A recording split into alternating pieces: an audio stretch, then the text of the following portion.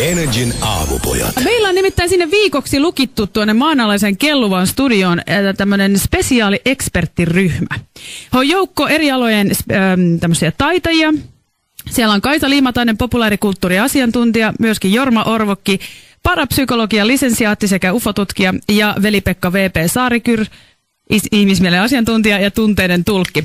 Ja heille on saanut esittää viikon ajan tässä kysymyksiä joistakin ajankohtaisista asioista, jotka teitä askarruttaa.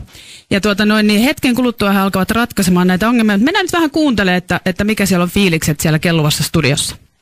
Energy. Se on vaikea sanoa kännissä, eikö ole? Uskomattoman hankala jotenkin S ja P:n leikki. Ja on tämäkin aika vaikea tämä mun titteli, siis jos miettii, että niin. Populaarikulttuurin asiantuntija, niin kyllähän siinä menee vähän kielisuun. Niin kielihän on suussa, ainakin meillä maan asukkeilla. Niin. Mitä sä tarkoitat, Jorma? Niin, että olemme rakenteellisesti sen kaltaisia pääsääntöisesti, että kieli on suussa. Aivan, mutta siinähän on myös siis fysiologinen, niin kuin tässähän tavalla ihminen on niin kuin muodostunut niin uskomattoman hienolla tavalla, että kielihän on suussa just sen takia, koska se on lähellä tunteita.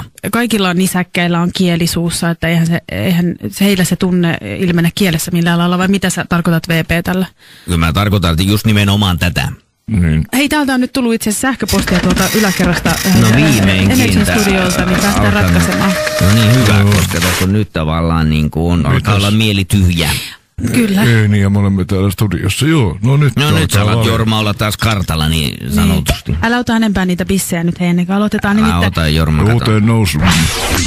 Energin aamupojat.